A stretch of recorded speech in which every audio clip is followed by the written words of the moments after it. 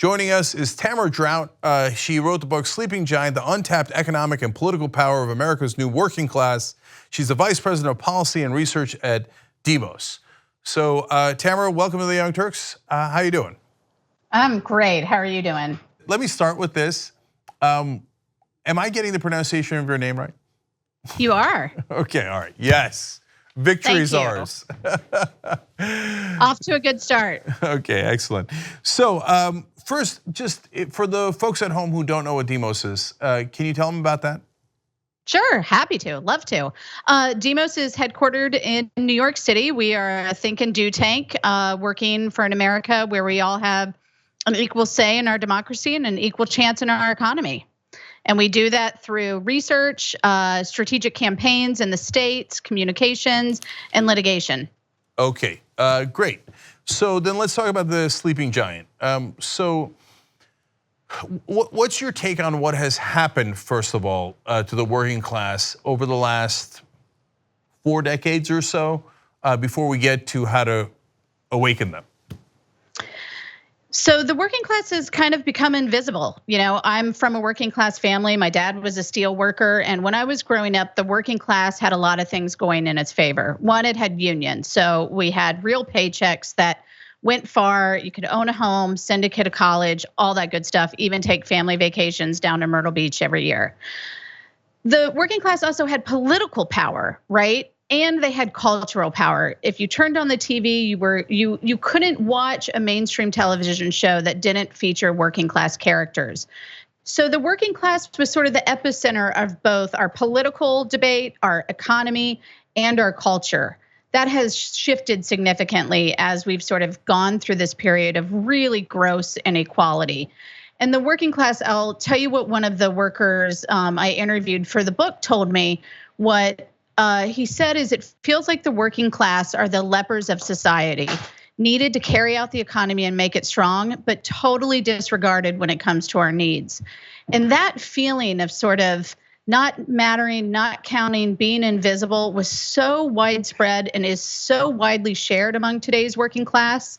And it's one of the main things, I think, why it's so important that we're talking about the working class today. Yeah, I sense that. I think that the people on television have gotten totally disconnected from the average American. I think that they are the elites, to be honest. And some of them weren't, but they've forgotten where they came from. And some of them were always the elites. And they don't have any friends that are steel workers. And they don't have, it's just not in their social bubble. And I think it's part of how we got here. But I'm curious what the working class thinks more than what the guys on TV think.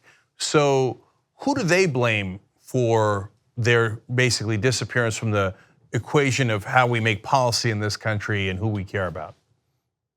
Well, I think it depends on which working class you're talking about. If you're talking about sort of the black and brown working class, which is really the new working class, right? The working class has changed. It's no longer sort of epitomized by people like my dad, white guy, worked in a factory, hard hat, the whole thing. It's more likely to be African-American, Latino, and female, working in the service sector in a low-wage job like janitorial services or home health aid. So that's sort of the way to think about the working class today. So I think the working class understands what has happened to them. They understand that our politics no longer works, that economic power has been channeled into political power so that you have a 1% sort of rigging the rules in their favor, whether that's through deregulating the banking industry or passing tax cuts for themselves. And then what they do know, and Demos has done a lot of research on this, is they understand that the working class is being divided by scapegoating black and brown people, immigrants, poor people, African Americans, for their problems, so that the 1% can kind of say, don't look at us over here running off with all the money, but blame your fellow American for the problems besieging you today. And so we have to tell that story. We have to talk about how racism and xenophobia is being used in our political system to divide people instead of us all forming solidarity for things that we have common cause around. So Tamara, that's easy enough to point out from our perspective since we're all progressives. about what the Republicans have done wrong, and it is enormously true. Let's talk about the Democrats. What is the working class's view about Democrats, and have the Democrats stood up for them enough? It's a mixed bag, I think, when it comes to the Democrats. I think the Democrats are still, there's still some nostalgia for sort of the centrist pro-business wing of the party that sort of came to power under Clinton and the rise of the Democratic Leadership Council and the third way think tank.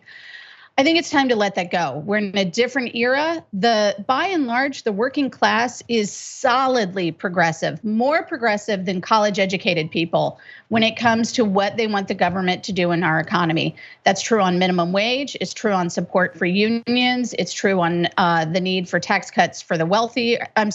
Tax increases for the wealthy. So the working class is with us on economic issues. Absolutely.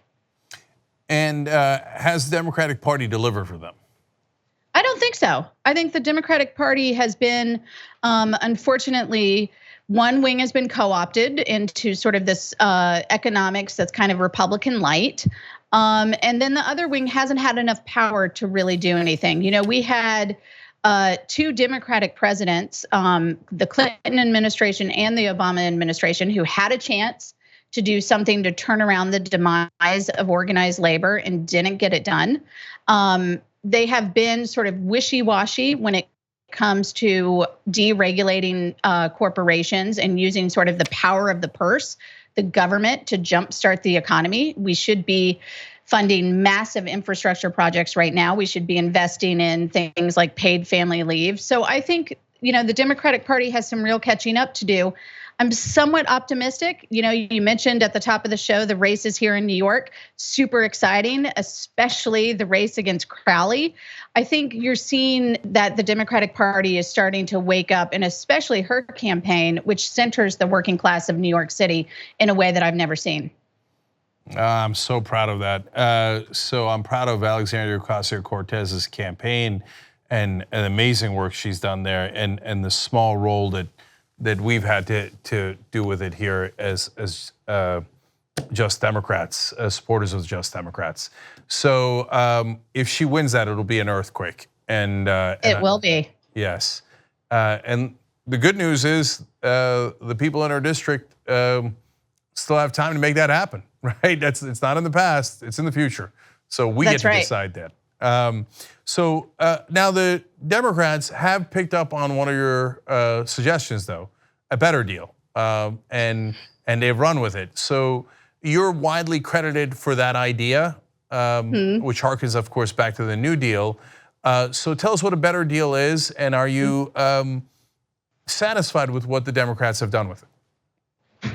So a better deal is basically, it's the policy framework at the end of my book, Sleeping Giant, where I lay out that we need a better deal for families, for society, which means criminal justice reform and immigration reform. We need a better deal for our democracy, where we get money out of politics and get more voters in. So I think so far I like what I see. But I think it's pretty telling, some of the things that aren't there that I hope will be forthcoming. They just did a better deal for democracy, which had some really good voting reform planks in it. A better deal talked about the need to get serious again about curtailing monopoly power. That's something I was not expecting to see from the Democratic Party. So I think there are reasons to be encouraged. I'd like to see something about criminal justice reform and more around immigration reform. But overall, I think the fact that you had the Senate Democrats, led by Chuck Schumer, putting out things about anti-monopoly power and money in politics is a really good sign that we're headed in the right direction. I will be shocked if the Democratic elite actually do anything about money in politics. But hey, at least pretending is a good step forward.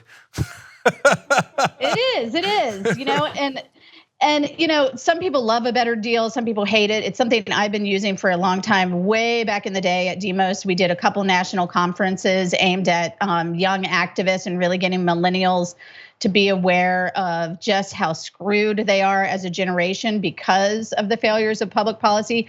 And we called them a better deal conferences. So it's something that sort of has been in my wheelhouse for a while. I know people have mixed opinions about it, but hopefully the substance is saying something about the future of the Democratic Party. Yeah, no. And talking to you, it's super clear where you're coming from. And just one last question. And by the way, on the monopoly power, another Just Democrat, Ro Khanna, has done some great work in pushing that idea forward. So proud of that as well. So the last question is, for 2020, do you think the Democratic Party has a better chance of winning if they push in a more populist direction, or go with the idea that, hey, no, we need to reach out to Republicans and hence a more centrist candidate? I think they have to go progressive, and here's why. That's how they're gonna win. And they have to do it in a way that is not colorblind. We just finished a major year-long research initiative with Anat Shenker-Osorio and Ian Haney-Lopez, where we actually showed that a populist economic message that talks about how are being scapegoated beats a colorblind economic populism in every scenario. So I think it's populism, but it's also race forward and tells a story about how race is being used as a political weapon. All right, fascinating. Okay, the book is called Sleeping Giant, The Untapped Economic and Political Power of America's New Working Class. Tamara, thank you so much for joining us. Really, really appreciate it. Thank you. Thanks so much for all you do. Appreciate it.